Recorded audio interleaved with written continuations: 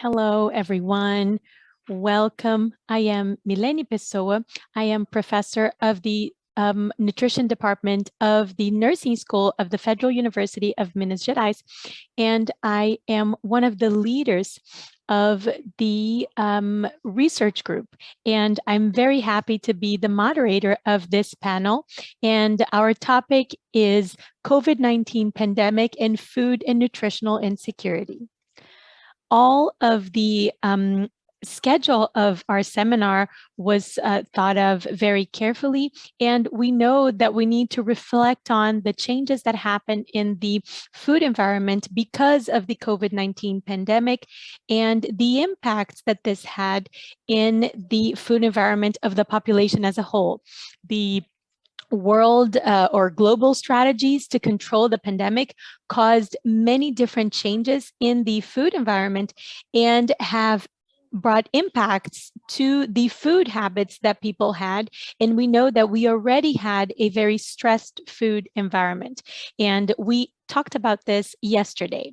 We also know that the pandemic does not affect all territories or populations in the same way regarding mortality and also other aspects related to society, politics, and economics. So we know that the main impacts of COVID-19 happen in groups that are affected by their social economic level, gender issues, and race. And so food and nutrition insecurity was increasing in the last 5 years, and things became more severe with the COVID-19 pandemic. We are going to have distinguished professors and researchers in our panel, and I would like to thank them right now and let you know that each one of them will speak for 25 minutes, and then we are going to have 30 minutes for discussion. Those of you that are watching can post your comments and questions in the comments section of our website. So for us to start and to talk about food supply in Latin America, I would like to invite Professor Renato Maluf. Professor Renato Maluf is professor of the Federal Rural University of Rio de Janeiro, and he is also at the Center of Reference for Sovereignty and Food Security and Nutrition Security. He's the member of the National Coordination of the Brazilian Forum for Sovereignty and Nutritional Food Security. And he was also the coordinator of the Rede Pensão. And he was also a part of the one of the UN food councils. He's a member of the National Coordination of the Food Safety, and he was the coordinator of Rede Pensão, which is the Brazilian Network for Research in Sovereignty and Food and Nutritional Security. You have the floor, Professor Maluf. Good morning, everyone. I would like to start by thanking you for this invitation to take part in this event. It is really an honor to be here with Tereza and with Rafael. And I also see Paulo, our great friends. So what I am about to talk to you about is that I will show you the recent research that the Pensão network worked with, and I may present some data that you already know, but we always know that we have some people that maybe are not from Brazil or that are not from this background, and maybe this will be a way for you to get more acquainted with the topic of our panel. Since last year, when the pandemic started, many of us were already understanding that we were going to have a food crisis.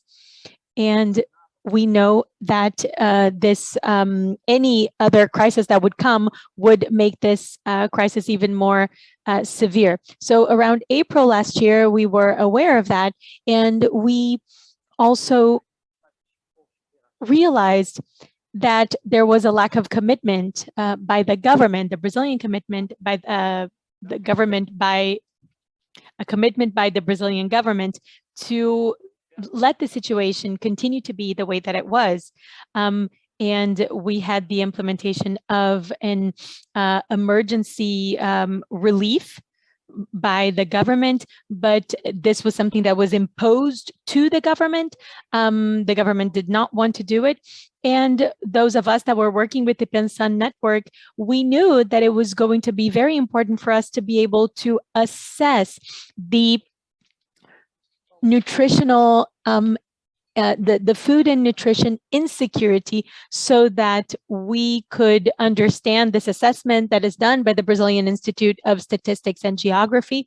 And the last one, the last assessment had been done in 2017 or 2018, and we didn't have any other assessments done or carried out after that. So we decided to do a survey with a methodology that allowed us to compare the data of the IBGE and also the situation. And so we would invite those who are part of this network to be a part of this national discussion. So I want to show you my slides with the main data so that we can talk about them.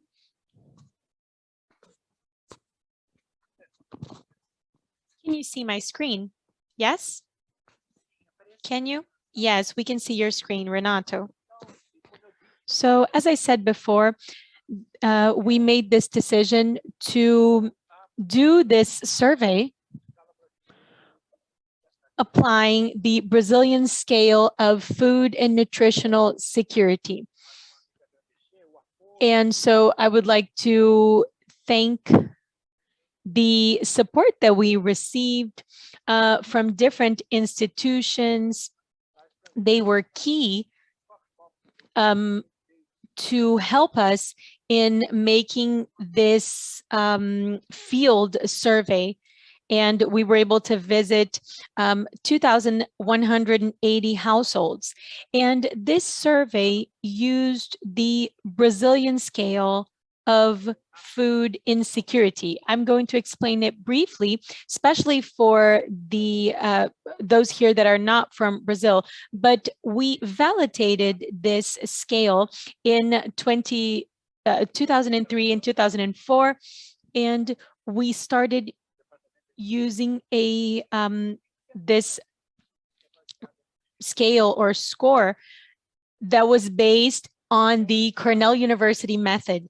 And so it is a subjective indicator because it deals with the perception of those surveyed about their condition. So this is not an objective measure like the other indicators that we may have. However, it is an indicator that has very objective components.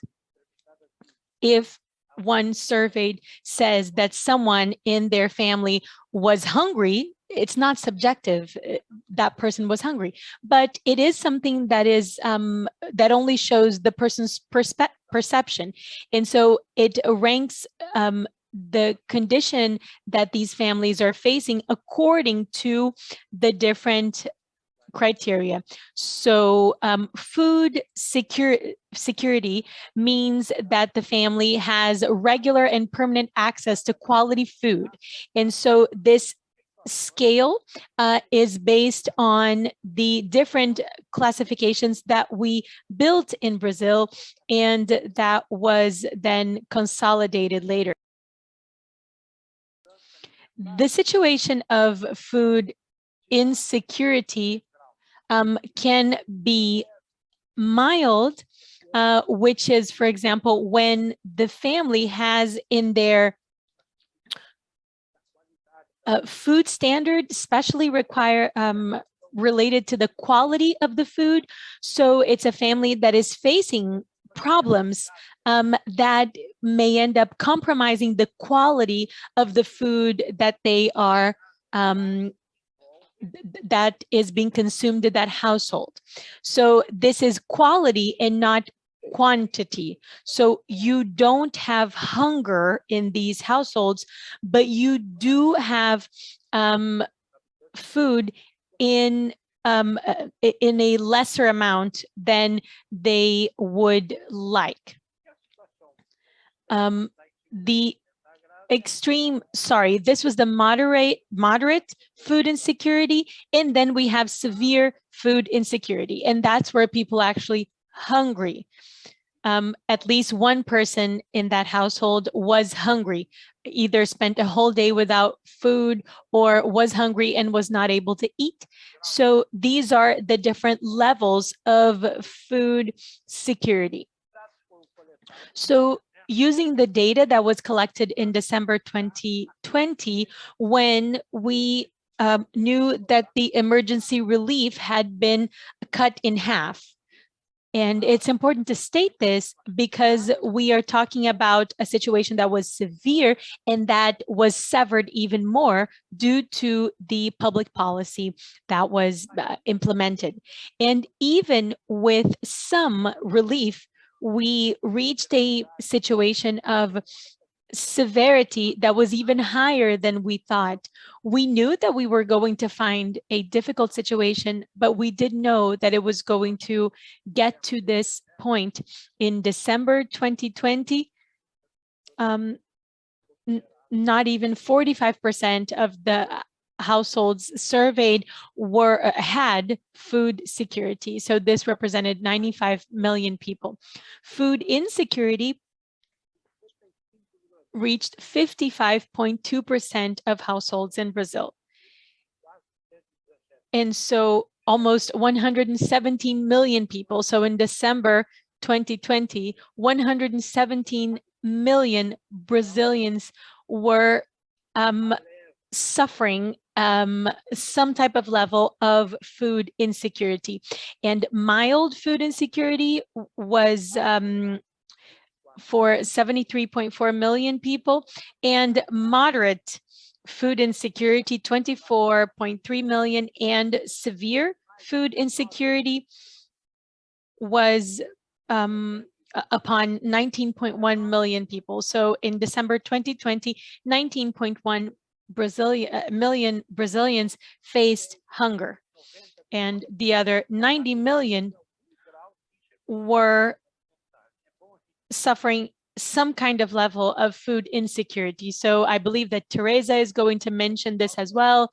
And we know that there is a maybe some issues related to food insecurity. And of course, we do have an emergency, but we need to remember that in December 2020, we already had many people that were in some kind of level of food insecurity, maybe temporary workers, people that somehow lost their access to food at that moment. If we look at this distribution in the urban and rural area, we find that the incidence of food insecurity is higher in the rural areas. And we'll talk about this later. This is a paradox of the Brazilian social formation. Families that should have at least the condition to plant their own food in the rural areas cannot do that. So this is a country where food insecurity is more severe when it comes to percentages in rural families. The incidence is higher in the North and Northeast regions as a percentage, but I like to talk to emphasize a specific piece of data, because you know that the level of urbanization in Brazil is very unique, because the percentage indicators are more severe in the North and Northeast and in the rural areas. But you can see that the absolute number of people who are hungry is the same in the Northeast and Southeast. So the same number of people in a condition of food insecurity is found in the Northeast and the Southeast of Brazil. So this is not a matter of just the drought in the Northeast of Brazil. That's why we have poor people or hungry people there. Of course, you have higher indicators in the Northeast, but there is a significant contingency of people in the Southeast who are hungry, as many people as in the Northeast. So Milene talked a little bit about this when she was introducing this panel. So what are the vulnerability factors that influence the population? What are the most vulnerable parts of the population? So race and the color of your skin. So when a household has as the lead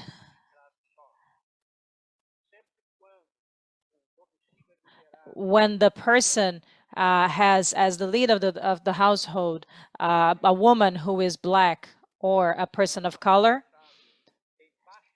or when they have a low level of formal education, this is one indicator. This is one. This shows a different aspect. It's a very well-known aspect of the Brazilian social inequality. These are the issues that have to do with race and color of his skin, the person of reference, and the level of education. Also, the job, we can associate food insecurity with the person of reference job.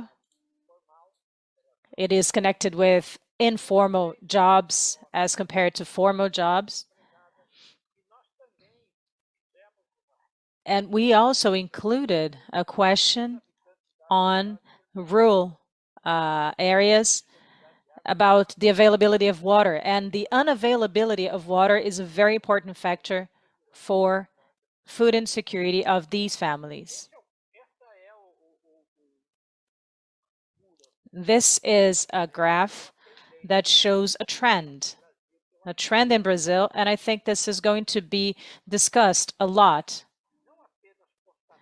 because we can see the severity of the situation as measured in December 2020, but also look at this in a historical perspective. So IBGE measured this in 2004, 2009, 2013, 18, and 2020. The last one was 2020. Actually, the last POF was in 2018. So if you look at this graph, you can see that Brazil was in a very virtuous trend in 2004, 2003, up to 2014.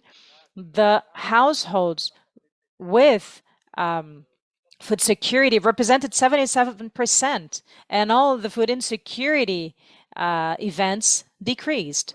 Some will remember this was the point when Brazil leaves the FAO map of hunger. And this is something that I like to mention. We celebrated this a lot at that point in time. We, Conseia, everybody, we celebrated this a lot. It was a great achievement. It was an achievement that was related to a situation that is very shameful for Brazil, because the fact that Brazil was in the map of hunger should be a reason for us to be ashamed.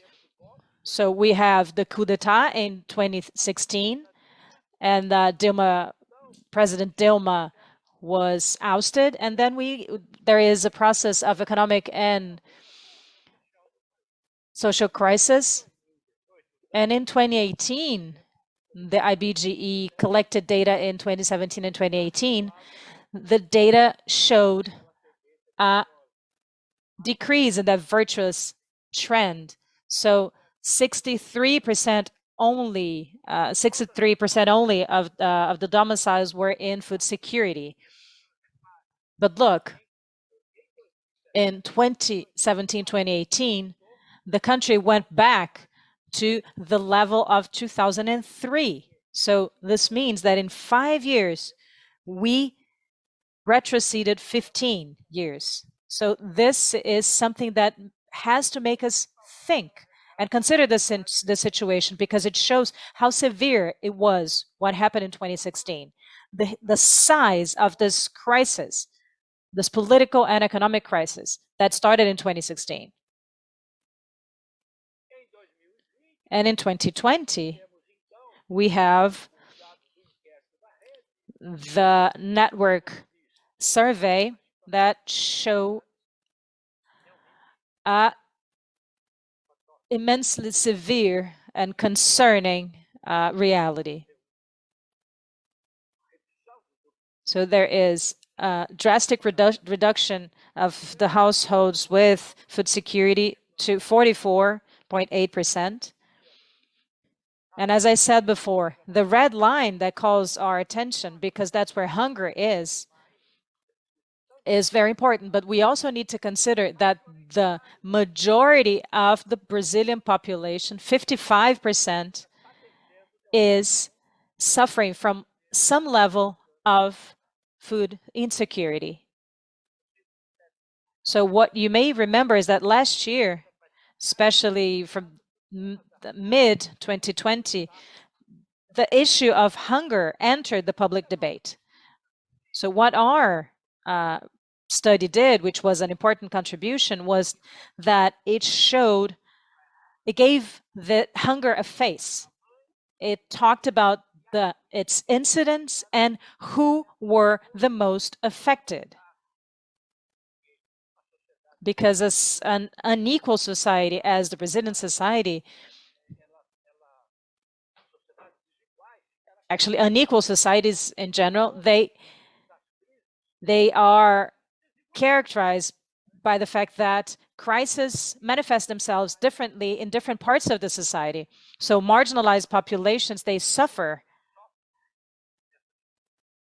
more under critical circumstances. So I'm going to conclude my presentation just to make some comments, but I think I'm running out of time.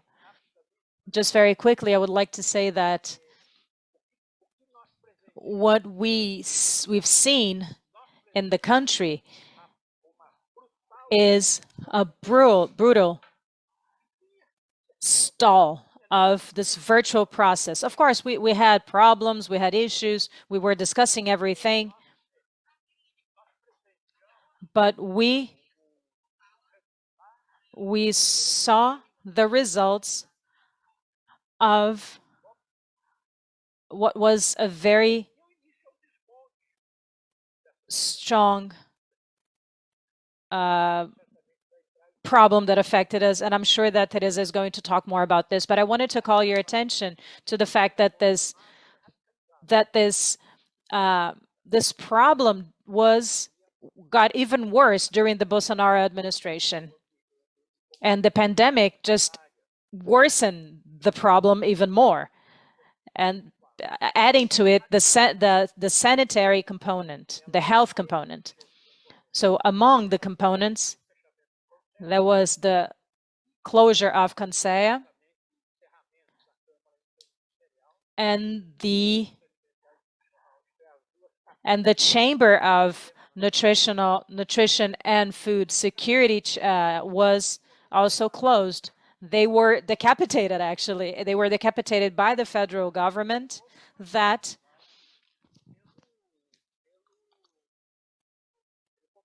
passed a law that was approved by the National Congress.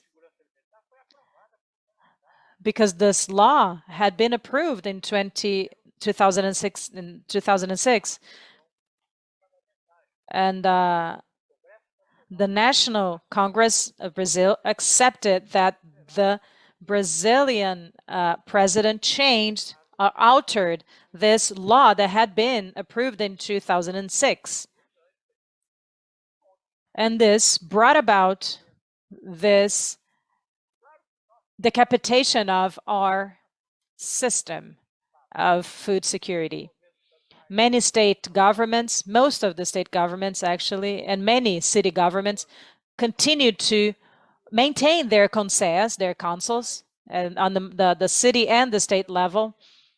But then on the national level, there was this decapitation. And the Brazilian social society is very dynamic, and its dynamism goes back to the democratization of Brazil. And there was an increase of social movements in our area that has to do with food security, health, and this process was highly affected in 2016, but it is not that deadly affected. It continues, it lingers on. The closure of Conseja that represented the inability for us to hold our national conference is been faced by a collective that is organizing a popular national conference, which is autonomous and democratic, and is going to take place in person as soon as our social distancing allows. There are many activities that are being held and a lot of resistance to the current situation, and we hope that we will have an important contribution from this debate, this national debate.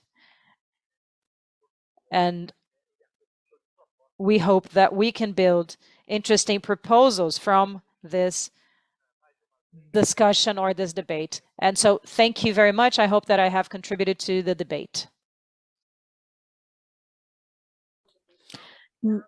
No question you did. Thank you very much for talking to us about this scenario.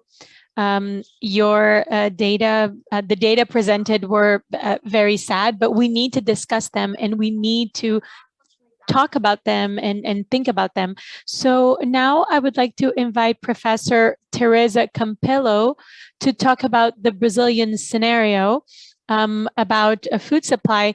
Teresa Campello is a visiting professor of the São Paulo University, and she is a researcher at the New Pains Research Center, and she is professor of the graduate program of public policies and health of the Fiocruz School.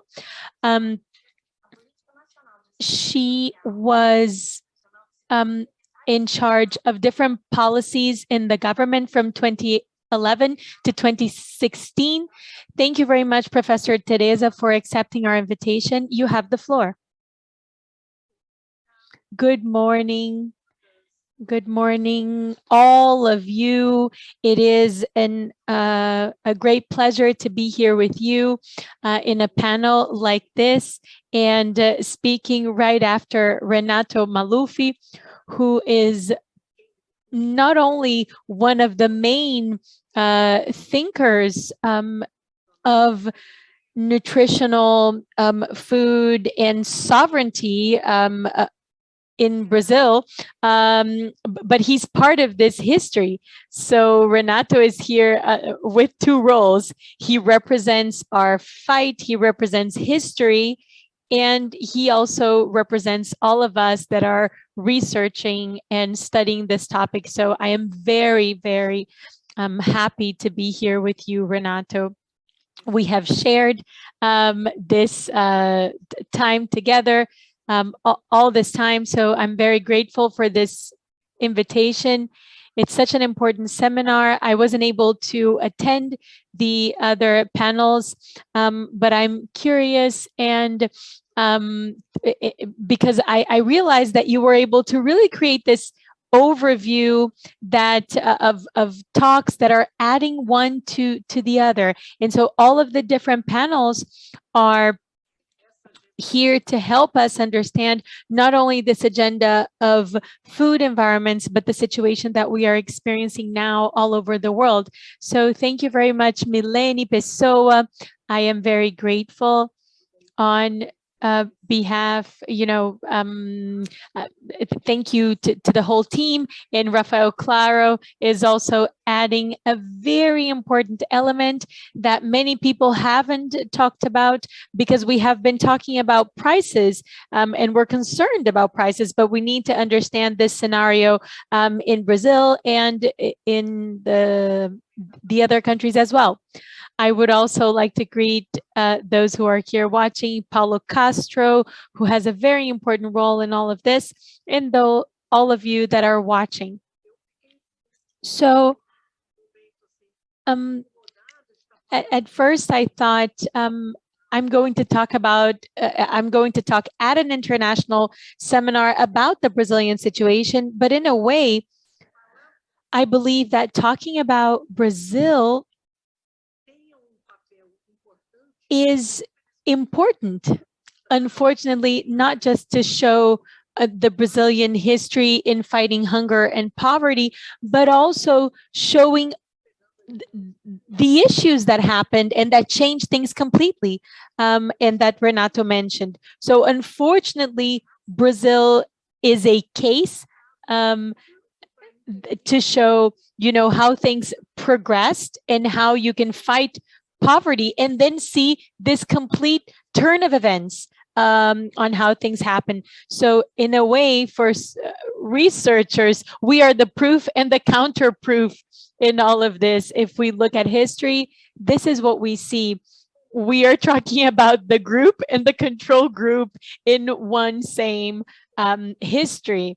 So if this tragedy that we're experiencing is useful to help us understand what are the issues that are determinants for hunger and food insecurity, unfortunately, I really wish that we weren't talking about our country as a case like this, but it is.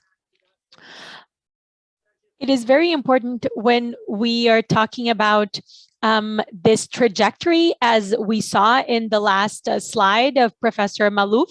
We realized that hunger was growing again in 2015, not only in Brazil, but in different countries all over the world, especially in Latin America.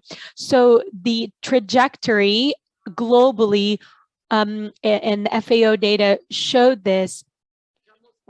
We could already see this inflection after 2015. So there was a large group in all over the world and in Latin America had been able to identify that there was reduction of hunger and poverty. And after 2015, we see an increase in poverty and also of food insecurity, especially in Latin America. But Brazil, more than any other country, experienced a steep reduction. So we were the country that reduced poverty, hunger, and food insecurity, more than all the other countries in terms of absolute and relative values. And we were the ones that experienced a steep increase as well. And so this turn of events was completely shocking, as we were able to see from Professor Maluf's report. And so we had this plateau, and when the pandemic got to the whole world, reached the whole world, we saw a decrease in terms of income because of the economic shock. And so it was this abrupt fall. And we also had a reduction of food security all over the world. And then we can clearly see in the pandemic how this changed. But in Brazil, this shift happened earlier, 2 years before the pandemic hit. 2 years before the pandemic hit China. And so it is interesting because it allows us to separate both situations. So it is not the pandemic. This is one first aspect that I believe that we need to analyze and we need to consider, because food insecurity in Brazil had already become very severe. We had already gone back to the year 2000. And so we defeated a whole time where we were fighting food insecurity and hunger, and we went back to the 2003 levels. And so we see that hunger now was not caused by the pandemic. This is something that I had to say just to get things started. And I would like to also tell you something just to make you think here. We know that the pandemic didn't cause this, but the pandemic allowed for the situation to be obvious, explicit. And so this was in the headlines of newspapers and different TV shows. And this is an issue that is being discussed all over. And so sadly, when we wake up in the morning, we see the population eating bones, going to the trash to find their food. And so the pandemic, in a way, I'm sorry, let me just turn off my cell phone. So the pandemic gave us this permission to discuss hunger and to talk about hunger. And so, people said, you can't talk about hunger. It was just like talking about sex in public. You just couldn't mention this topic. And so the pandemic gave us permission, and we started then to talk about hunger, and it was all over the media. And so why did the pandemic give us this permission? I think it's worth the analysis. In my opinion, we need to face this because the pandemic, it throws all the blame on this health issue.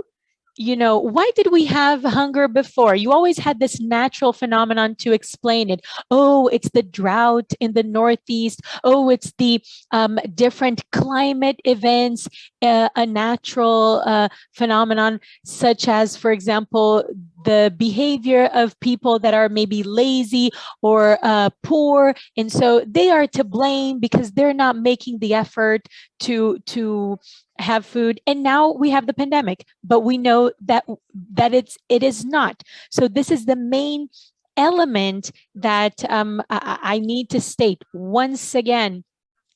The pandemic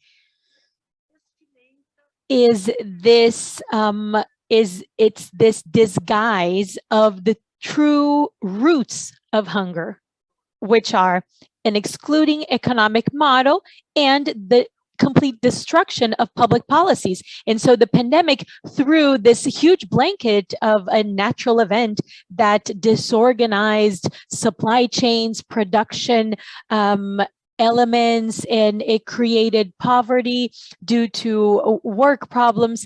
But the data that Renato showed us, not only the data of this situation in 2020, but mainly the fact that the Pensun network was able to connect this data in a competent and efficient way with the data that we already had before with the Brazilian scale of food insecurity, allows us to show this process. And so this is what I want to talk about. When we look at 2017, in 2017, we were back on the hunger map, to use a popular term. We had already faced this steep increase in all indicators: food insecurity in a mild, moderate, and severe level. So these three levels we had reversed. And so when we added the three levels, took us right back to the 2004 numbers when we started working with the Brazilian food insecurity scale for the first time. And so the shift is not that it doesn't happen in 5 years. We don't have the data of 2014 and 2015 here, but we see that after 2013, things started increasing. And so I was the minister at the time, and I want you to excuse me because I don't have the data here, but I want you to excuse me for this. But in 2013, we were not on the hunger map anymore. And then this was the lowest level of poverty that we ever experienced in the history of Brazil. So in 2014, which was a better year in all policies and in all the indicators of the job market and of poverty, the data has to be better. If we apply this in my assessment, but of course, this is my own assessment. It's a qualitative assessment, so I don't have the data to prove it, but there would not be any reason for us to consider otherwise.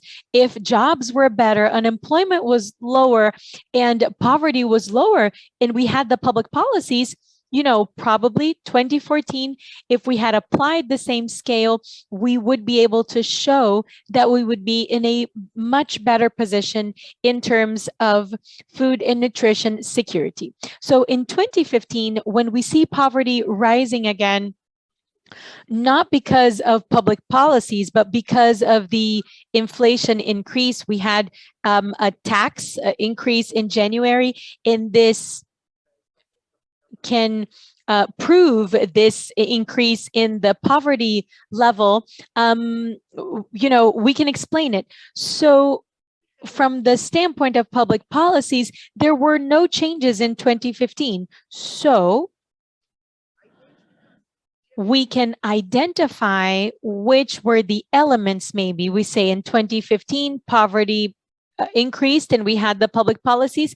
And in 2016, you have unemployment growth, poverty growth, and there is this start of the complete dismantlement of public policies. So I want to repeat this again.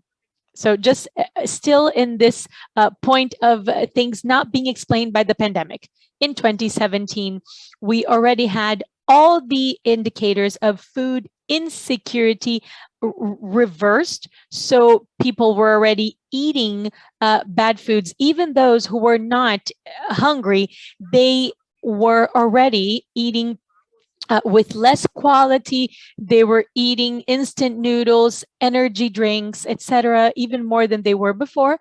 And we're not here just discussing, hunger and amount of food, right?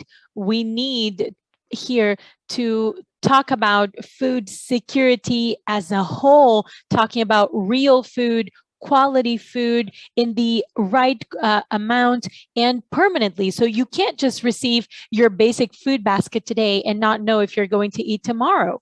And the data that we just received, the national study of food and nutrition for infants, INANI, the data that was presented recently shows us absurd levels. So in 2019, even before the pandemic, in 2019, 47% of households with children under 5 years old were already facing food insecurity, which shows all these elements that Pensa Network showed. So the point is, it's not the pandemic. The pandemic worsened this process, and it worsened more than it would have worsened if we had had public policies that could mitigate or avoid the consequences from impacting Brazil in such a severe way. We are going through a sanitary crisis, but we could have prevented this crisis from reaching the last consequences. So for us to discuss a little bit about why Brazil was able to decrease so drastically food insecurity in 2003, 4, and then up to 2013, and understand how this goes back to the bad levels. I want to talk about the points raised by FAO, which is responsible for food and agriculture. So what does FAO say? Why has Brazil become a role model in the fight against hunger? Why was Brazil successful? Because Brazil was able to have success in these actions and leave the hunger map. So the first aspect was prioritizing fighting against hunger and placing hunger and indicators and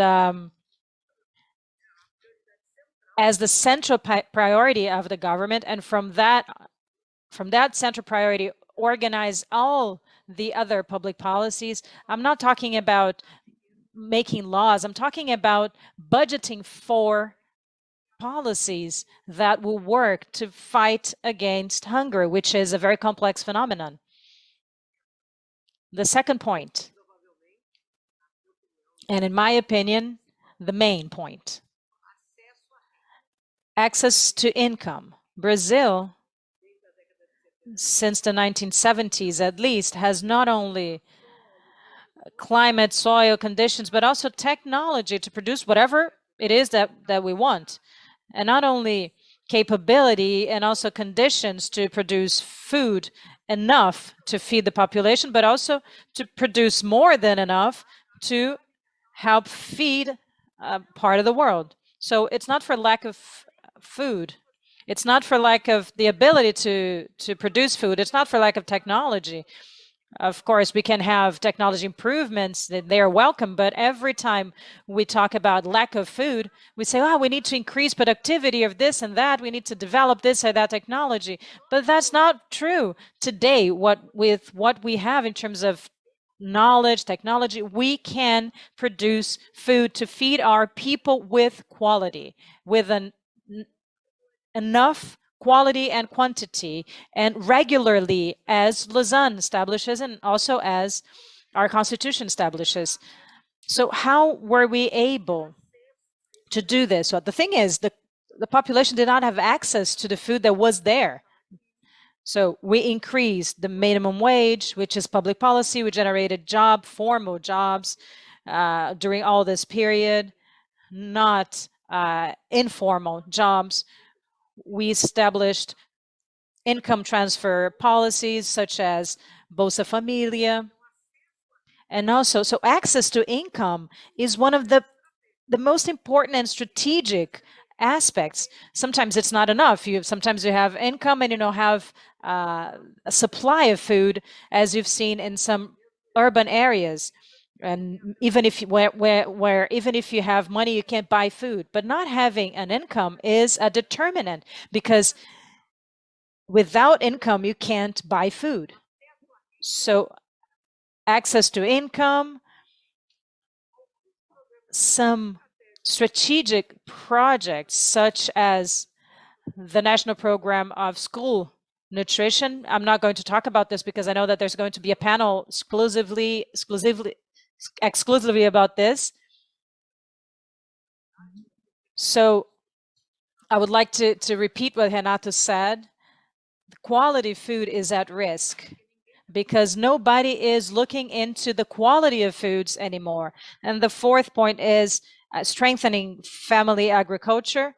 There was a whole process of strengthening family agriculture so that they could produce more and more quality foods, and also that these foods would reach the tables of people. So we had a number of programs, credit programs, and water access, such as the cistern project or program. So FAO says that there is also the issue of social participation.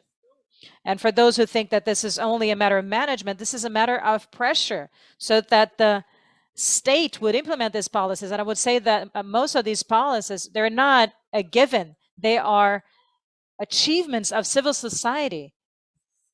These 5 points that I mentioned: political priority, access to income, national program of school nutrition, and family agriculture, and control and popular participation, were disorganized and disconstituted. Some of them were not extinct, but they are agonizing. Some of them are frail, such as PNAE. Some programs have disappeared altogether, such as the Family Agriculture Program, and others are now, as we speak, and this is today, as of today, October 29th, are being extinct, as is the case of Bolsa Familia, an 18-year-old program, a successful program that that is a success case, not only in fighting hunger, but also in other outcomes such as health outcomes. And it's being extinct today, and we don't know exactly what's going to replace it. I'm not going to talk about this a lot because depending on what we can deepen this debate during the debate, the Q&A as well. Do I have 5 minutes? You only have 2 minutes. Okay.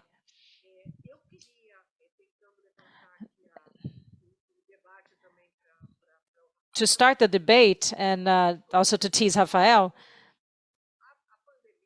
the pandemic, it impacts the whole world, not only when it comes to health, but also in terms of food security. I think this was one of the aspects that were not much discussed, but it's a huge impact. And in Brazil, this happens not only because there are production chains that have been interrupted and a number of phenomena that are common to other countries as well, but the pandemic reaches Brazil in its worst moment. So our labor market was already frail. So in January, in January 2020, we already had 20 million people out of jobs, unemployed population. So a number of workers were already in informal jobs, making less money with less security, and they were already impacted in terms of their food security. So the pandemic only worsens the situation or speeds up the process. Brazil was not ready. It did not take any measures to avoid the consequences of the interruption of certain production chains in the world, such as rice, etc., could be mitigated. So the federal government could have worked to prevent schools from the closure of schools to impact the nutrition of children. They could have coordinated these actions. And it ended up not only not doing it in a timely manner, but doing it poorly with bad results. So the government could have guaranteed minimum a situation to the population in a more organized way. What we have is we don't have a steady income for population. What we have is emergency relief, lack of emergency relief. So there were 4 months in which there was no emergency relief. But the thing is, the situation is going to get even worse. I'm sorry to say that, but what the data that Renato brought is from 2020. So there were 4 months without emergency relief. The labor market has not shown any significant changes. So the situation is already worse than it was in 2020. But I think that Brazil can get better because we've done it before. And we know that we can. We know that hunger can be fought against. So what we have is a set of elements and also knowledge by the federal government, citizen states. We know the route, the path to change the situation. We have the subjective conditions in our hands to change the situation. So thank you very much for this opportunity, and I am at your disposal for the debate. We would like to thank you, Professor Tereza. It was a very important contribution, political choices, and how this inertia impacts us, how it impacts our country. And continuing this dense and complex and important debate that we have in this panel, I would like to invite Professor Rafael Claro to talk about the evolution or the development of food prices. He is a dietitian, a doctor in nutrition, in public health, professor of the Department of Nutrition of the UFMG. He is the coordinator of the Nutrition and Health Epidemiological Research Center at the University of São Paulo. He is also a consultant for CAPES, and he also works as a technical consultant at the Ministry of Health in Brazil. He works with food consumption, determinants for food, monitoring risk factors, and prevention of NCDs. Professor Rafael, thank you very much for being here with us, and we are anxiously waiting for your contribution, and you have 25 Recording minutes. in progress. Good morning, Milene. I thank you for the invitation. Oftentimes people say that I don't come to these events as often as I would like to, but I want to be part of these events more often. In 2012, it was approved here in 2012 at UFMG at the Federal University of Minas Gerais. And when Tereza was a minister at the time, I think that Brazil I think that it's a pleasure to be here surrounded by such important people. I'm sad that it's such a bad time for our country. We are in such a bad situation, but let's see how we will be able to live through this. Just for us to set the background when it comes to food prices and healthy nutrition, the price issue is something that has recently gone into the universe of nutrition. Up to the beginning of the 2000s, people did not consider the food prices when you talked about healthy nutrition. I graduated in 2002, and we never talked about this. We never talked about this during my education. We had to take into consideration the socioeconomical level of people, but this was not something that we talked much about. So we had this impression because of developed countries that minimally processed food nutrition would be more expensive than processed food. Fresh food such as greens and other vegetables tend to have prices that are higher than the prices of ultra-processed food.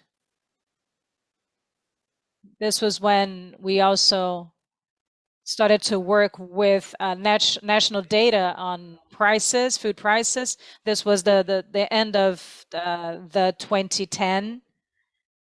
And it was a time when we discussed a lot nutrition and food security, especially because there's this new classification that would be the basis for the food guide for the Brazilian population was under discussion. And with this data of the family budget in Brazil, we were able to hypothesize and run simulations that showed us that in Brazil, different from what we saw, for example, in the United States and the United Kingdom, to having a healthy nutrition standard as the food guide recommends, which is comprised of minimally processed and natural food, was possible. So the major choice that people should do in Brazil was to follow the golden rule of the guide, which to set aside ultra-processed foods and choose complete meals following the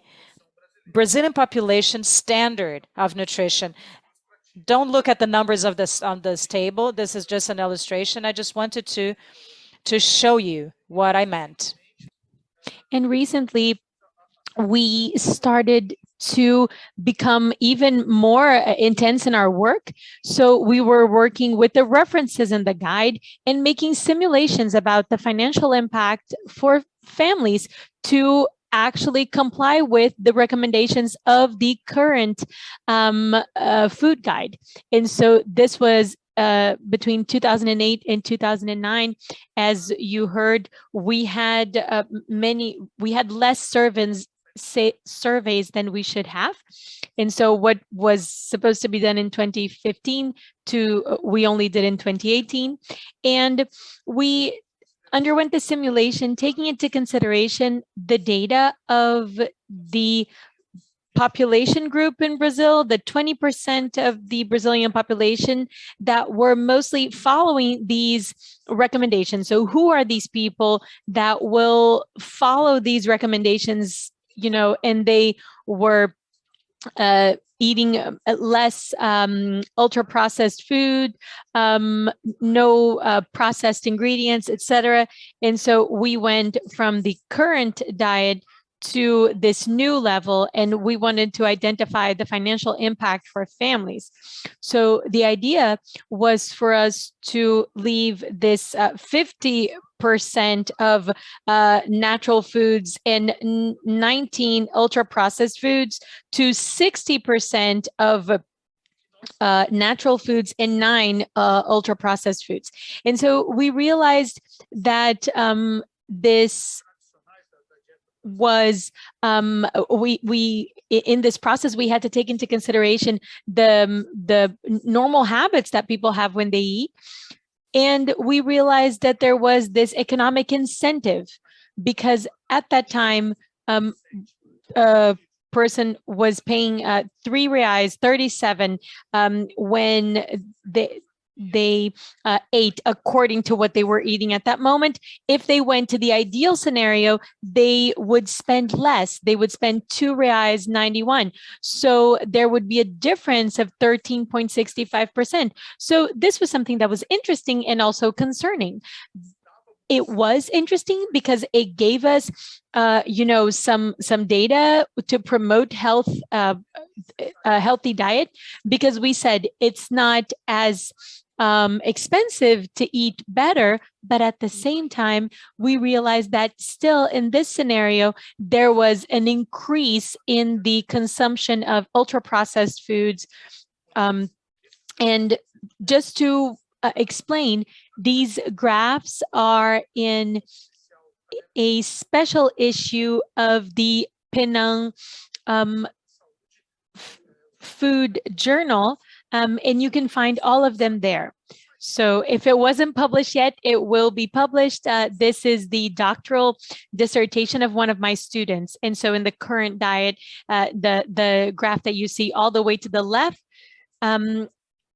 they would spend this amount of money, and then we would reach the further one to the right, where you would see is that there would be an increase and a gain when you exchanged natural foods, or actually ultra-processed foods, for healthy foods and natural foods. So it was just cheaper to eat rice and beans.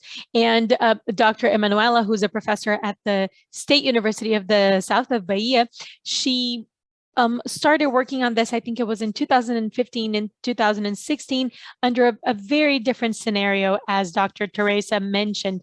And she experienced the severity of the situation worsening as she was doing her doctoral studies. So it's still cheaper to eat healthier.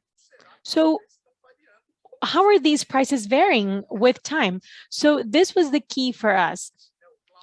Those who are neoclassical, that were here in the 80s and in the beginning of the 90s, when the ultra-processed foods started to be sold here in Brazil, this was a luxury element in your diet, to have soda, to have cookies at home, industrialized cookies. This was not something that was part of our day-to-day.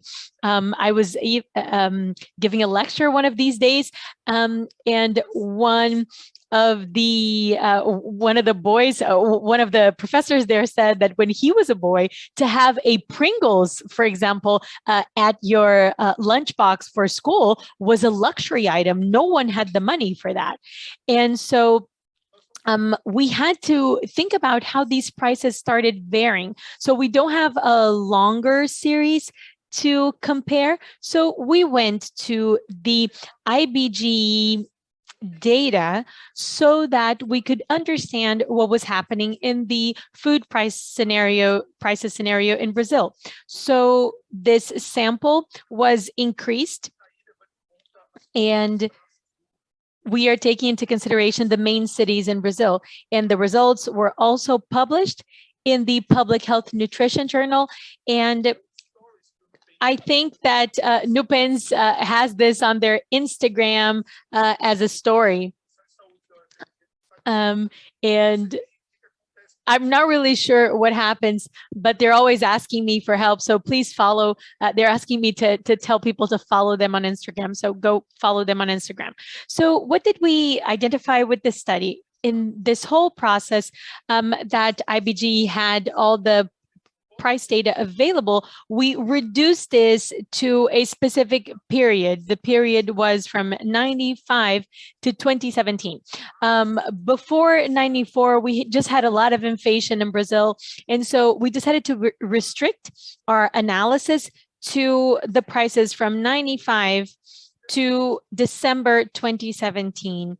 And so what was the result? So you can see there that the more erratic lines are the assessed time, and the hypothetical lines were the price projection. So after the beginning of the 2000s, we see that the lines and the trajectories are different. The non-healthy foods and the ultra-processed foods started to gradually become cheaper. So the red line is the ultra-processed foods, the yellow line are processed foods, and the green line are the natural foods and culinary ingredients and minimally processed foods. So we have this time for the projection up until 2030. So this allowed us to follow the trend and to see what it would result in this sad reality that non-healthy foods would become cheaper when they're bought at the shelf than natural foods. And our projection was horrible. So price and family income are very, very important for the way that people make their food choices. So if things were already hard when people, when the foods were less expensive, imagine when natural foods are more expensive than processed foods. And so this graph shows us the relative price. It's the relative price of the natural foods when compared to non-healthy foods. And so the solid line is the projection. And we see clearly that eating natural and minimally processed foods is more and more expensive when compared to non-healthy foods. I'm going to skip this, but I just want to show you what is happening to many subgroups in each one of these subgroups. So we can go to the second half of my talk and we can see how things changed in 2020. So how 2020 ended up, destroying everything that we were working with. I really liked Tereza's talk, and I usually talk to my students about this in class, is that in the pandemic, we saw it was like a haze storm all over the world, a hailstorm all over the world. And so how did countries prepare for this hailstorm? For countries that already had their public policies very robustly, they had these very sturdy homes, and they faced it, with no problem. They survived the hail, but the countries that had less solid policies, they had weaker homes. And so the hailstorm destroyed it. And this is what happened to Brazil. Brazil was already facing the rain when things happened. And so when the hail came, they decided to turn against this rain and just give their backs to the rain, and it hurts. And so we had a general scenario of high inflation for food items, and we know that this is happening with developed countries as well, but the practical impact on people's lives right now depends on how a country is organized politically. And Brazil was already in a disorganized moment, and we have just been lacking more and more organization ever since. And so first, let us talk about 2020. We started to get this data in 2020, and the consumer price index, number 15, for foods, had a high that was accumulated in 14.5% a year. For those of you that don't really understand this index, this was the greatest or highest increase since 2002. So this price index in 2002 was 19.47%, and in last year 14.5%. And so especially those who were born in the early 90s really understood why inflation was something so bad. And so we realized that these high look at the price differences. Soy oil, 103.7%, rice, 76.01%, fruit, 25%. There are different vegetables. For example, they are vegetables in general. We had potatoes, 67.3%, tomatoes, 52.7%. In the beginning, there was an increase for meat in general, 17.9%, and milk. There was also a huge increase in that. And so things were already worse. However, the hailstorm did not stop, and the situation only worsens. I would just like to make a side comment here to say that there was a data of continuous PNAD about the income of workers, those who are working right now. And so what the Institute realized that was from September last year to this year, the income fell 10.4%. So we're not considering people who were already unemployed, those who decided to stop looking for work because things are just terrible. So we are talking about the active population who's actually working, those who are employed, their income fell by 10.4%. So we have a accumulated rate of 12.5% a year. And so we can't add the 12 to the 14 because there are 3 months of 2020 that are included in the 2021 data. But what can we say? Well, we can say that we are going to have the second largest increase since 2002, but we also have the worst 2-year period for food since 95. Because in 2003, we had a first semester that was very bad, but then we had a deflation in 2003 in the second semester, and this is not happening in 2021.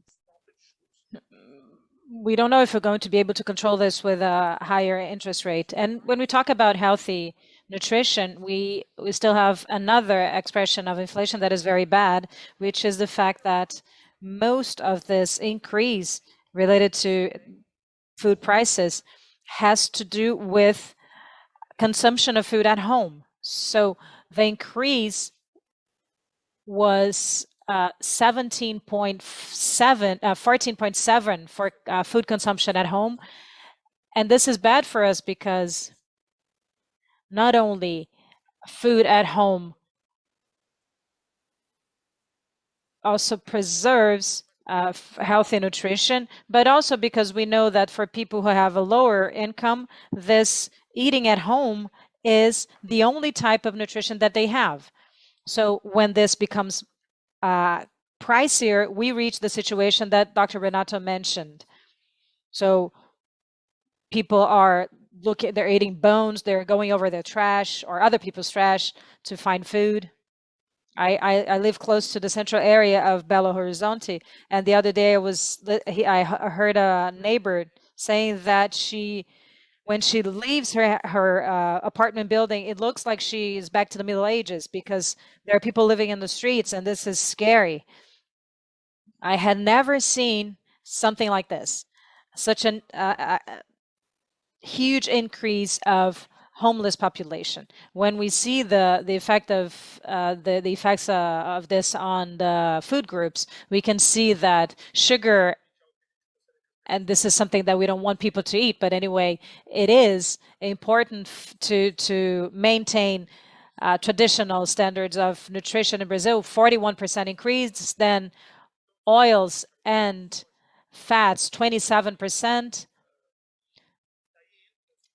Then we see meats 24.8%, poultry and eggs 26.3%, and greens and vegetables 18.1%.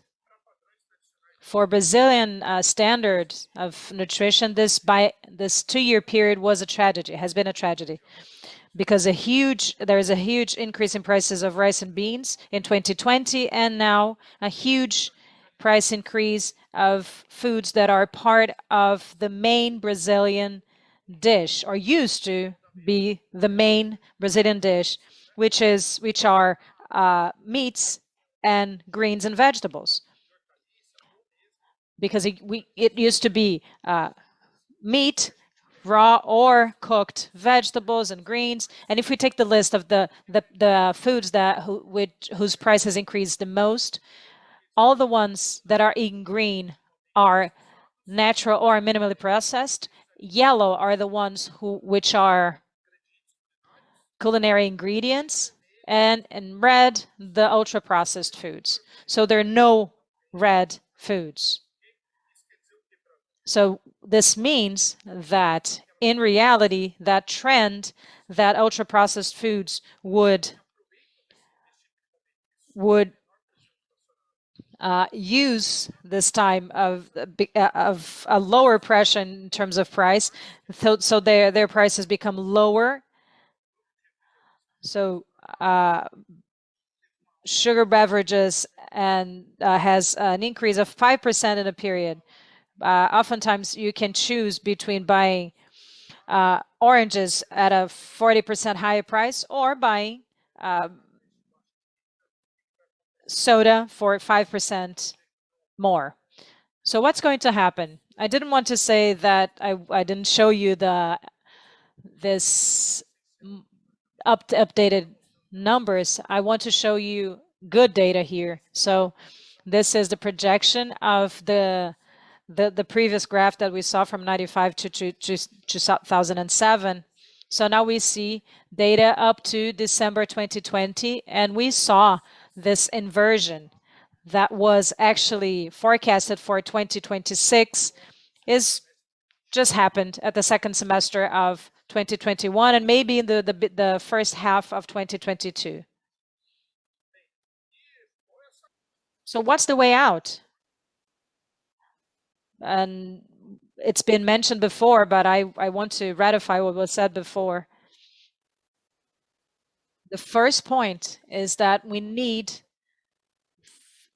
healthy nutrition to become part of the agenda.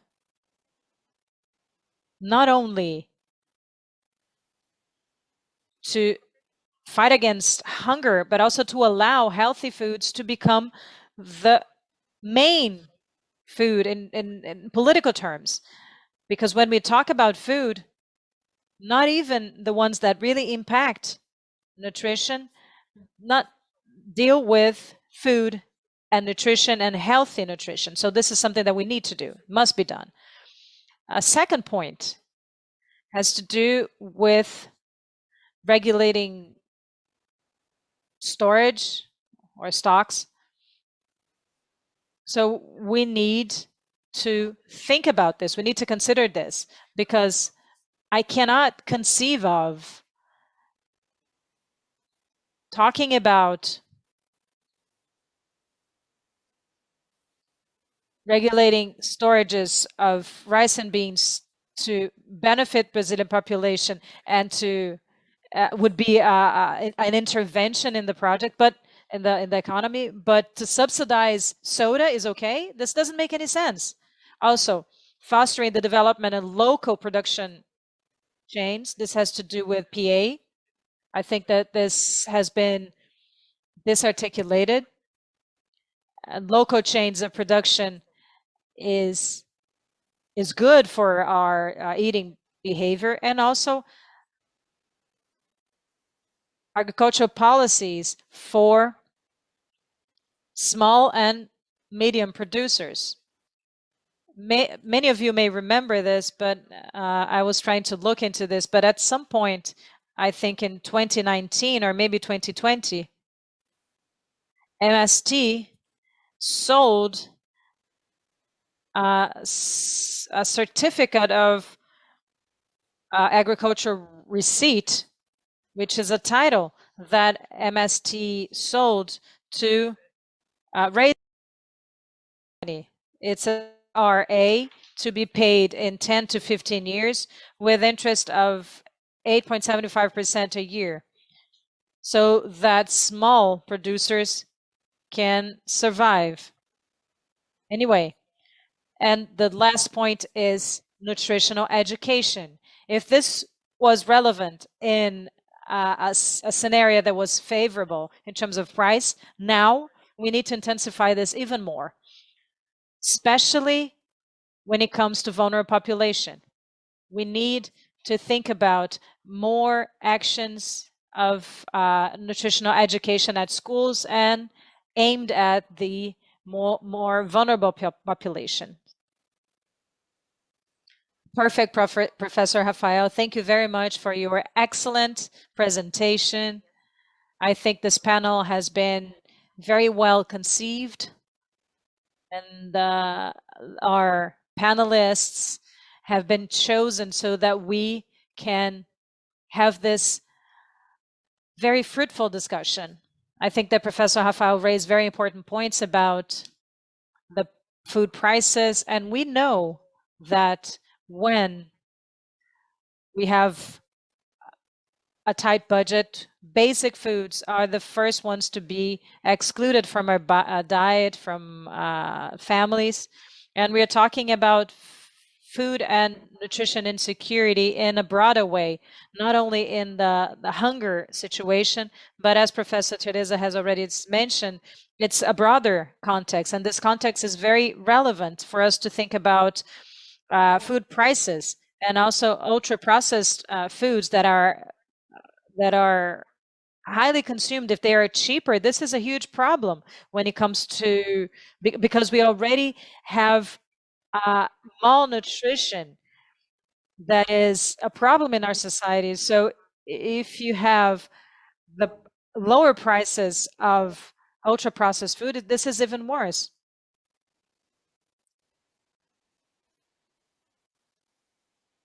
So all of this has important consequences to individuals' health and for public health as well. So this is very relevant. This discussion is very relevant. Due to time constraints, I would like to ask the questions from the audience, and I'm going to read all the questions, and then I'll give the floor to each one of our panelists, because yesterday we saw that this organization works, so that everybody can address all the questions that they can. So I'm going to start with the questions. Laís Botelho asked a question specifically to Renato, and Renato showed that we went back 15 years in 5. Can we recover as fast if the political scenario changes? Or can we expect that this negative impact will last longer? Another question for Teresa, two questions actually. Daniel de Azevedo Chaves says that in the face of all this political destruction, in addition to the pandemic scenario, where should we start this fight against hunger in the country? And Melissa Luciana de Araújo says that the agenda of food and nutritional security is diffused, and health, development, and agriculture is a very difficult topic. Could we have a Ministry of Food in Brazil? Would this be a way out, a solution? Evelyn de Oliveira da Silva asks, what are the determinants of the situation? This is not only a reflection of the pandemic, right? What could be the possible mechanisms to control the prices which are so important for food security? And there are also some questions, but if you want to add to what you said, and for all speakers, all panelists, how do you understand our possibility of changing this situation? And Auxílio Brasil would extinguish Bolsa Familia, and what can we do to foment or to stimulate, to foster family agriculture? So we can start with the same order. Renato will go first, and then you can answer your questions and then make your final comments, your final remarks, so that we can stick to our time. So thank you very much. Thank you, Milene. I would like to congratulate Rafael for his excellent work, the work that he presented here. Can you send it all the references of all the data that you showed, please, Rafael? There was one specific question that was addressed to me, and the last one that Milene mentioned that is more general. When it comes to the speed of recovery, first we need to start recovering, right? And I have to say that even though this makes me really sad, I don't have any expectation that this government will do something about this. Not at all. Because it's not about building illusions. The thing is, they follow a line that maybe Tereza will mention later. It's a line of Alimenta Brasil, which is an improvisation and a lack of reference in terms of public policies. It's unbelievable. And it talks a lot about the perspectives of this government. So I have no hope, I have no expectations, and I see a level of perversion in the way things are done in this government.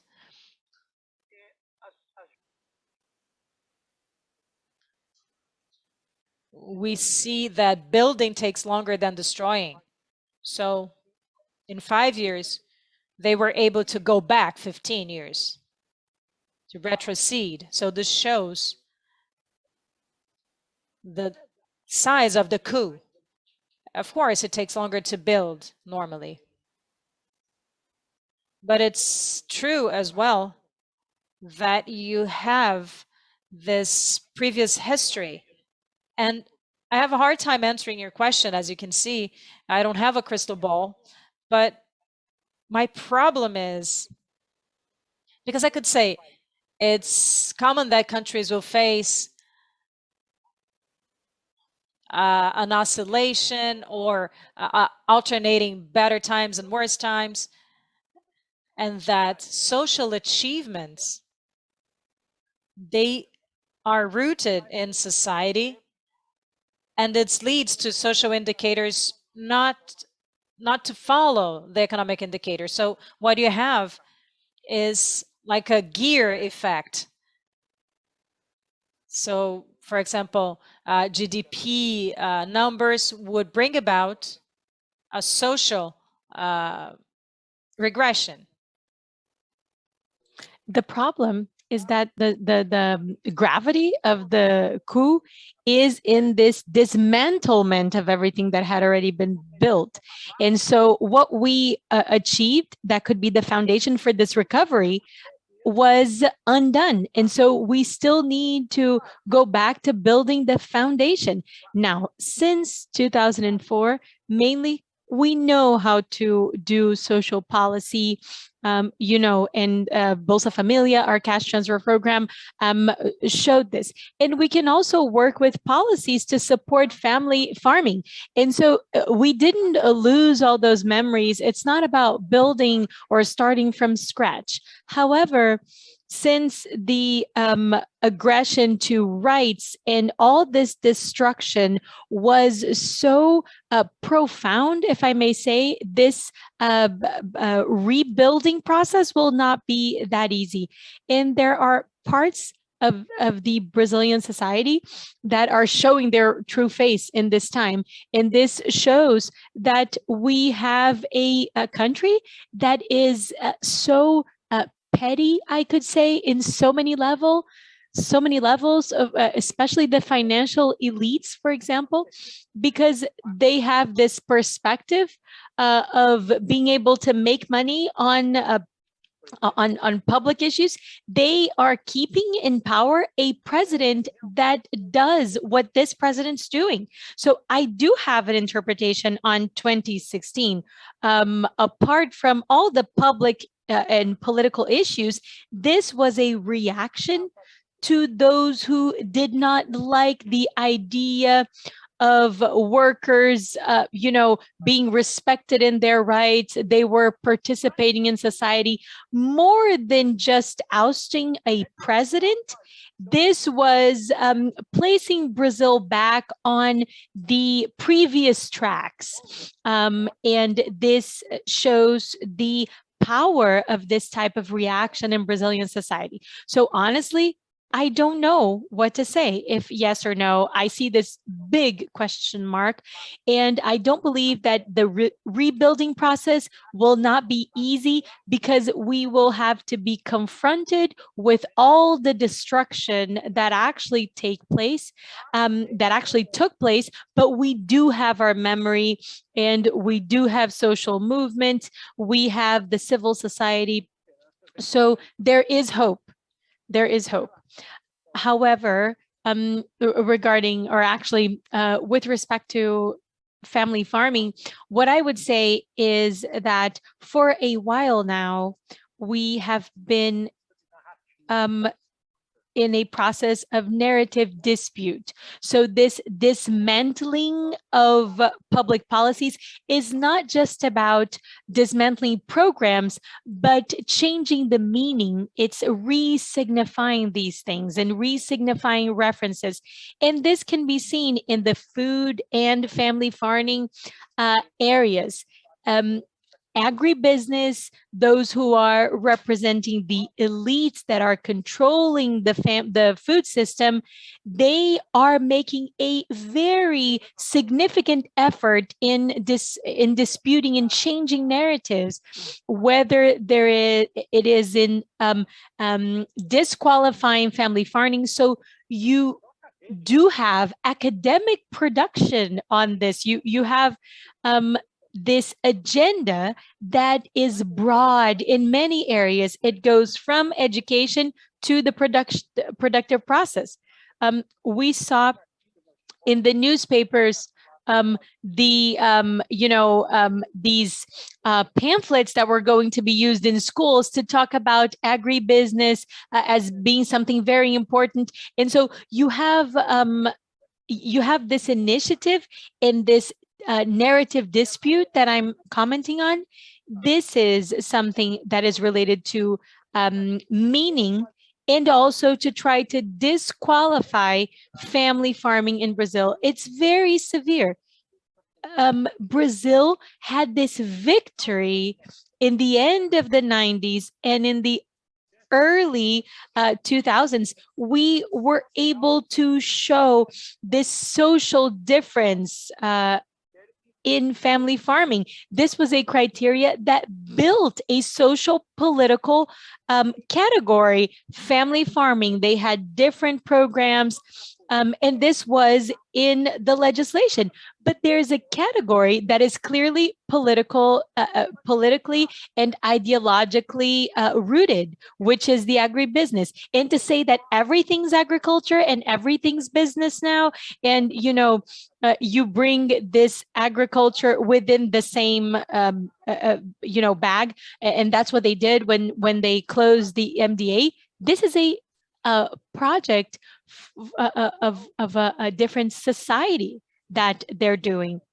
So what Rafael was showing us, and that really requires from us to think thoroughly about it, there has been a while that we've been seeing this, that eating bad foods is cheaper. But why is it cheaper? What is behind all these production systems and trade?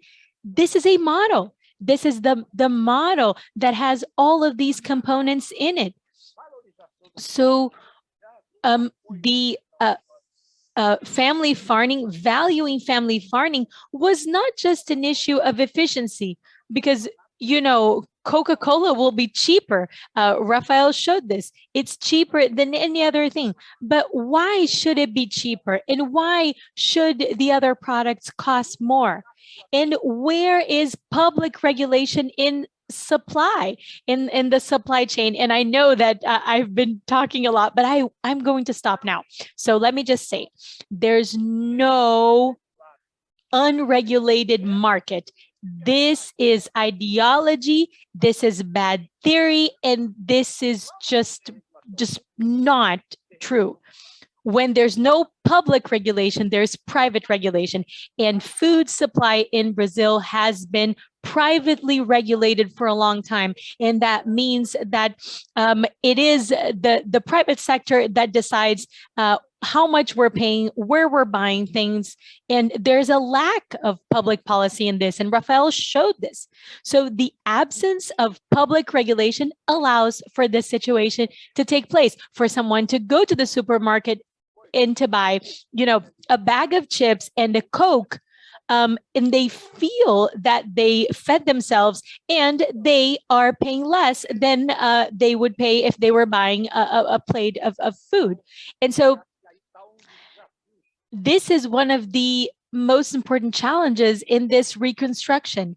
And so that's why valuing family farming was more related to a society project. How do you buy agricultural space, and what type of system do you have to for food production, and not even mentioning the environmental issues. So I would say that the possibility of maintaining the support of family farming will also be related to this narrative dispute with the dominating sector, and our ability to actually have a project for a society in which these elements will not be included in the economic rationale.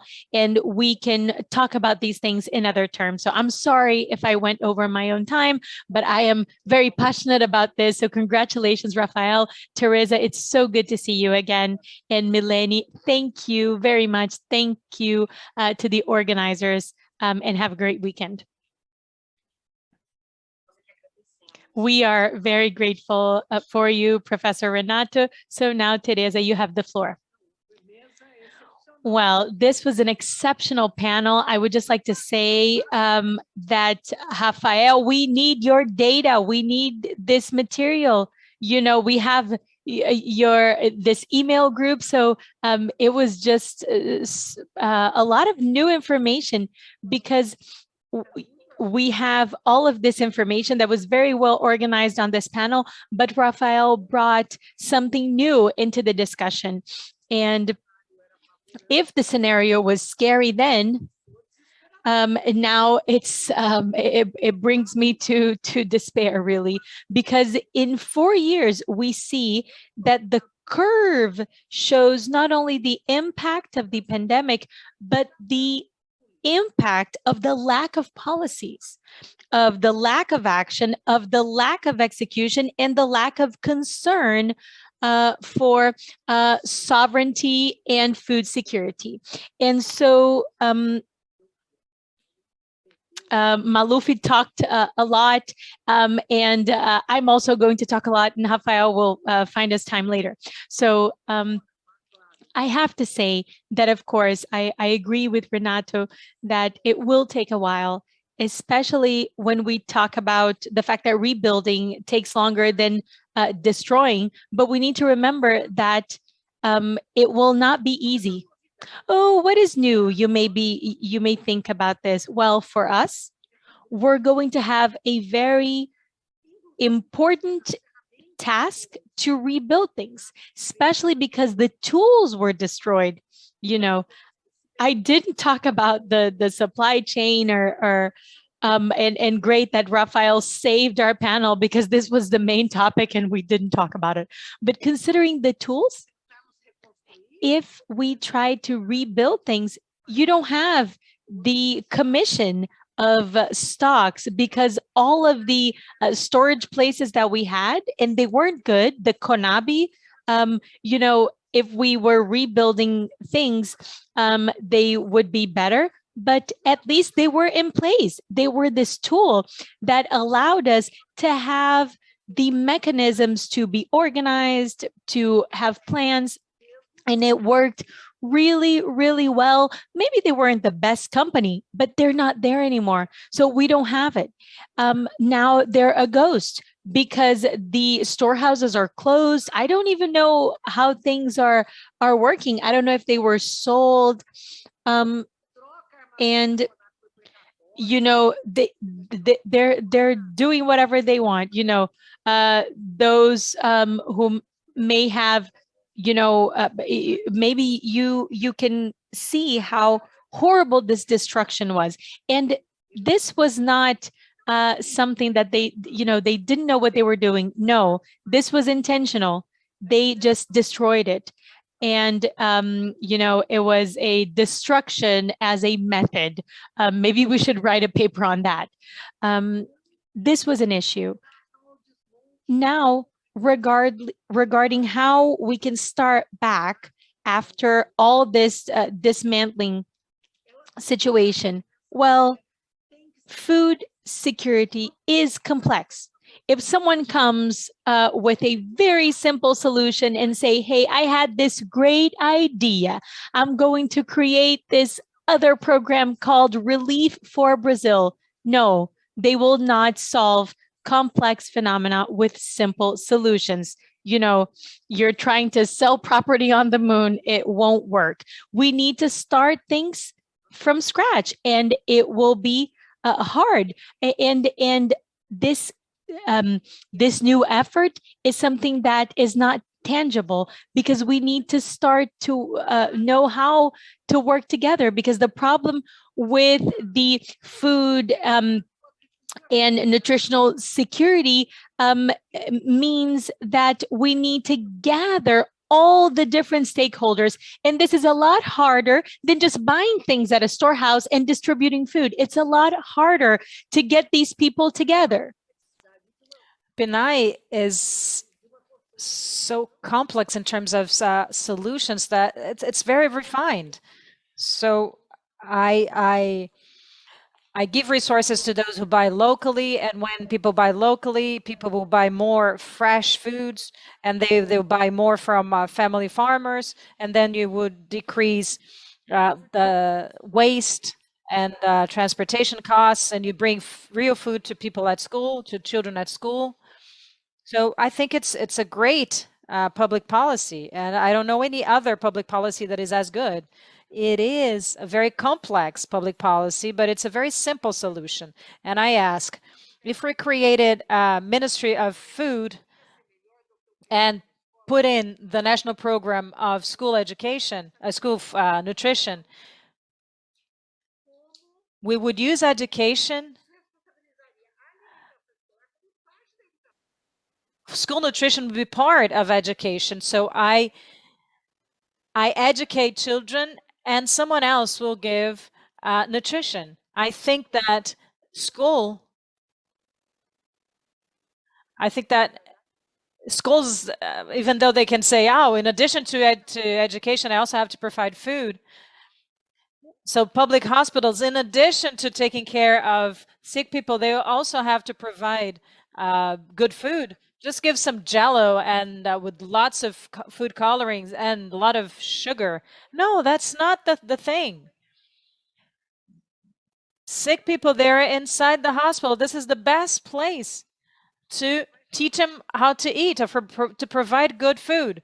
So you should tell them, look, you're eating well here, so stop eating bad food when you leave here. So this complexity, I think that cannot be solved by management solutions that would fragment even more the situation. How to do this in an intersectoral or horizontal way, all these fancy names. This is a challenge. I think this is a major challenge, but I think this is the frontier of knowledge, the political knowledge, how to integrate, how to articulate. This is the greatest challenge. And I think this is what this government ruined. I was yesterday in a meeting, and Renato, people who take care of the conditions of society and of nutrition and education, and they treated Bolsa Familia in an unthinkable way. People from the health sector, they were concerned about Bolsa Familia because in 2013 they were not concerned about this. And this is not my part. This is not my attributions as a public servant. But people want to dismantle the Bolsa Familia. So what are we going to do with the conditions? Because this has been embedded into the structure. So there is a whole culture at the city level, and this is intangible. These are the gains that Brazil had that were very difficult to build, but they were very easy to destroy. It took me 18 years to go to a meeting and see, wow, there is someone from the health and nutrition sector, from a municipal secretariat, a health secretariat, concerned about Bolsa Familia. So this is beautiful. I don't think it's a good solution, but I don't think there is a magic solution, a single recipe. I think that the solution depends on what country you're talking about. Maybe in Finland it would work, but I think it's not good for Brazil. I think that it wouldn't be good for Finland either, but I wouldn't be able to say. About Auxílio Brasil and PA, I think that these programs are very bad. Removing the name, you remove the history. So they have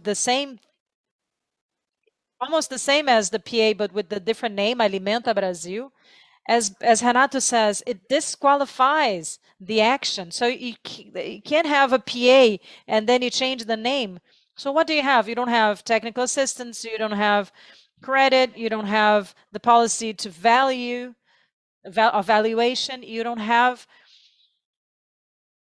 a whole set of things, because family farming is what preserves the environment, is what empowers families. So to change the name doesn't solve anything, because in practice, the 140,000 farmers with a completely organized chain who distributes food, this has been completely destroyed. It would have to be rebuilt. So this is much more than the law. As I said, CONAB supported the PA and it no longer exists. So there are two things that I would like to say. One is about Kusaki, Kustaki. Rafael, I don't know if Rafael could be a good economist, right, Renato? Because the good economist is not the one who will make sure that bankers make more money, but are the ones that make sure that the population can develop, the country can develop. I think that when we discuss the cost of foods, why does it get cheaper? In addition to everything that Rafael brought and that Renato also added to, I think that in the cost of this lower cost food, this crap that we can't even call food, we have to call food product, this artificial potato chips, there is the cost of the subsidy is not there, and the social cost is not there either. How much will it cost for this to treat this guy with hypertension and diabetes, with suicidal tendencies, with depression, with a set of diseases? This cost is not added. When we add the social cost, the cost of the loss of family farming, the environmental cost of generating a lot of PET bottles and plastic bottles. So when you add all this cost, it's much more expensive. And we need to talk about this. We need to put this math together. We needed to put that math together, even if it were just partially. This is a challenge. Let's try to add this, even if partially only. We need to show this, how much this costs this product costs as compared to the other, because of course it's cheaper. If you have a bag of powder with crap and you mix, and then of course it's cheaper because it's not food. And I just wanted to conclude by saying that, Rafael, it's your hail storm illustration is very good, because we used to have a little house. It wasn't the most robust or the best house with a huge structure, with it wasn't an armored house, but it was a nice house. It was being built, but the house was disassembled and there is no house whatsoever, and now we're getting hail on our head. So I think that it was even worse than that. I think that Brazilians were getting hail on the head, and they were even throwing hail at Brazilians, because there are things that were very severe that happened. I'm going to list some of them. The price of rice is high. Not acting with the regulating market with some sort of protection, because Brazil produces rice. We could have tried to protect ourselves like many countries did. There are many countries in the world that are not communist or not socialist. They protected their domestic market, because look, I need to protect my domestic market. So they took measures. Brazil didn't do anything, not doing nothing at the time when the price of rice was increasing internationally. This is not doing public policy, because our public policy was half a dozen people would make a lot of money. We're going to export rice and make money. So most of the population don't have anything to do, and they just said buy pasta. And this is crazy. That's what Renato was saying. You are disqualifying, and you're building a different narrative. How can pasta substitute rice in our standard diet? So this is doubly criminal. So he didn't do anything. The minister didn't do anything. He didn't protect our food sovereignty, and he even sent a bad message, an absurd message in terms of nutrition. So it's, and he also said two other things. The most powerful minister in an economy like ours. He said, let's take the leftovers and process to give to the poor population. So this is the message. Poor people can eat leftovers that are reprocessed. So Brazil could have become a role model talking about real food. So this is a crime. And the third crime, to go to a meeting with a large supermarket and say Brazil is hungry, so we need to increase the expiration date of products. This is another criminal message. You're saying that the population can eat bad food.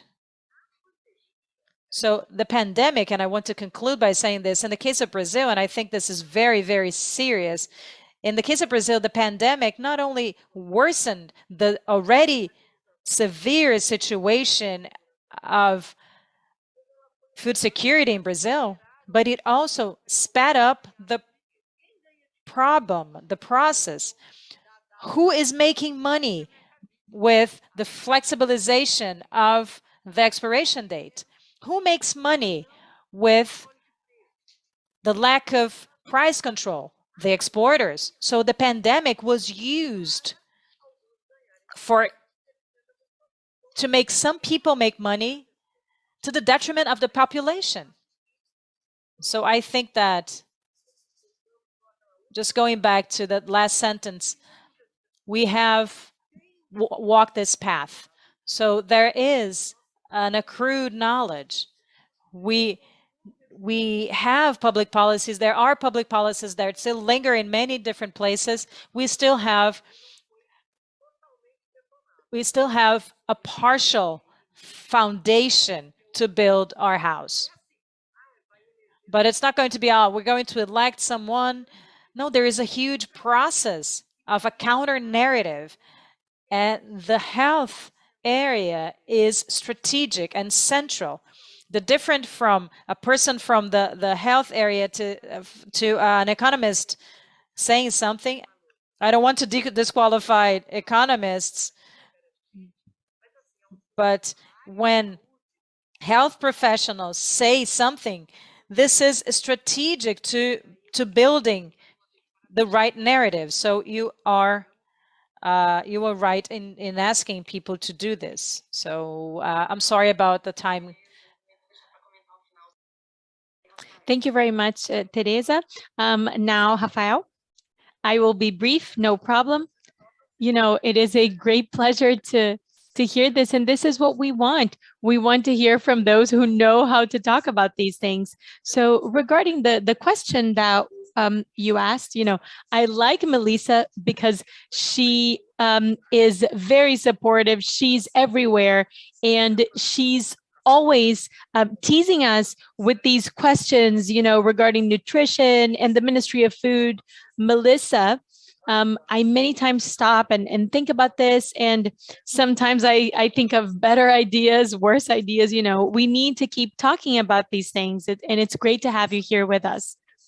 So regarding prices, in the short term, there's not a lot we can do, especially because the government has decided the framework for these things. Right now, what we need to do is that they're going to increase the interest rate, and it won't be good anymore to spend money here in Brazil. That's the process. So food will be the last inflation that will de-accelerate, because people will stop using their money in what is non-essential, but food is essential. And so we believe that inflation pressure will be controlled. But the causes for this are complex. They involve the exchange rate, the international market, indirect effects, for example, related to fuel, and issues related to stopping production of family farming. And so you have you know, families that are maintaining their position. So it's not the pop agribusiness is producing the food that you eat. You don't find soy in your home for example, apart from soy oil in people's homes. So this is a system. There was this systemic movement that became even more and more acute now.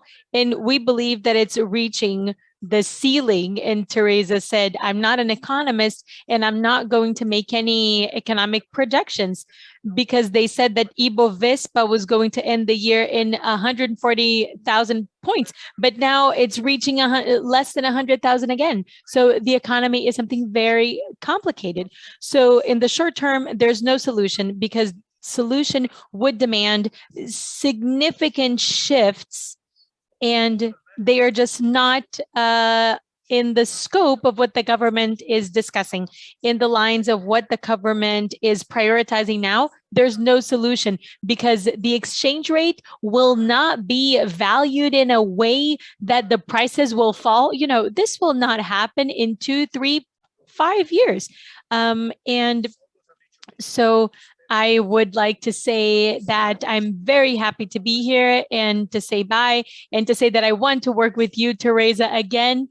What I miss about New Pains is that we had this place where we were exporting new people, you know, and we need to start importing more people, bringing Renato, bringing more people to work with us. And it was great to be here. So thank you very much. Well, it was truly an honor for us to conclude with your remarks, Rafael. We're very proud of you. You are our colleague here in our department, and you always gives such important contributions, and everywhere you go. So because of time, we do have other questions, but we just won't have the opportunity to answer them now. And I would just like to say that this panel was complimented. All of you as speakers were complimented. So I really want to thank you for your time, for your availability. Some people were saying that we could stay here for the whole day talking about this topic. And it's so important for us to reflect on this.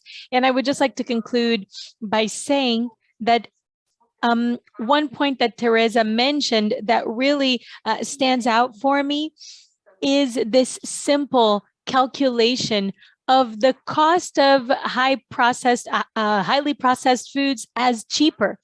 So in terms of public health costs, it is a lot more expensive. And when we consider the fact that many times people don't have the opportunity to choose the food that they're eating, and so they have to eat what is given to them and what is available. And this is something that completely hurts the human dignity. It's detrimental to human dignity. And so other people are choosing what you're eating. This is so cruel, and it's just sad.